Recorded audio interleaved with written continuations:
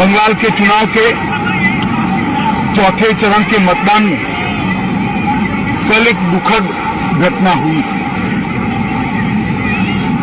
एक बूथ पर कुछ अज्ञात लोगों ने हमला किया। सीआरपीएफ के हथियार लूटने का प्रयास किया और जब सीआरपीएफ ने अपने बचाव में, अपने हथियार बचाने के लिए गोली चलानी पड़ी, इसमें 4 लोगों की एक मृत्यु हुई। ये बहुत दुखद घटना है। मगर इससे ज्यादा दुखद जिस प्रकार से इस घटना को पॉलिटिसाइज किया जा रहा है वो है।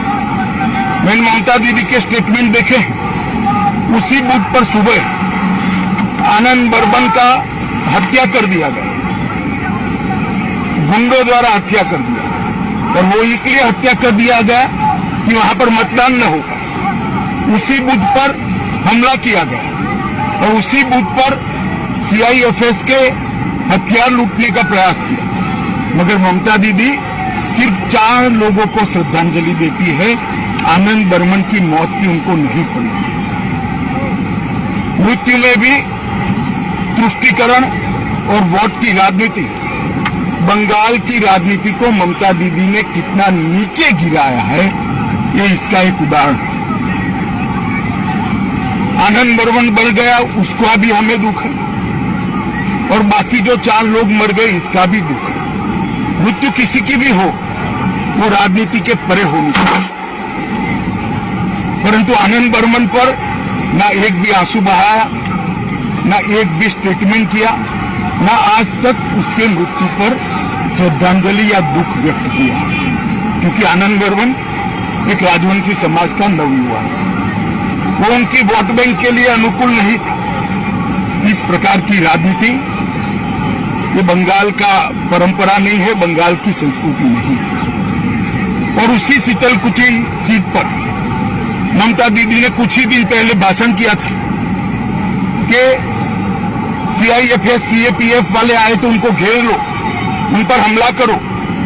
मैं पूछना चाहता हूं ममता दीदी को, एक शार्प सवाल पूछना चाहता हूं कि क्या आपका वो भाषण वो 4 लोगों के मृत्यु के लिए जिम्मेदार नहीं है क्या? अगर आप वो भाषण न करती कि 4 युवा सीआरपीएफ पर हमला करने का हिम्मत करते क्या? आपने उनको उकसाकर एक गोलीबारी का कारण दिया। मैं मानता हूं कि ममता दीदी के पास अभी भी समय है।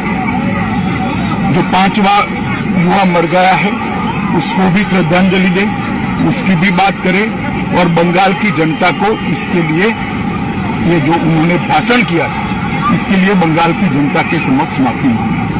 और साथ में मैं बंगाल की जनता को विनती भी करना चाहता हूं, ये एक घटना छोड़कर बाय एंड लार्ज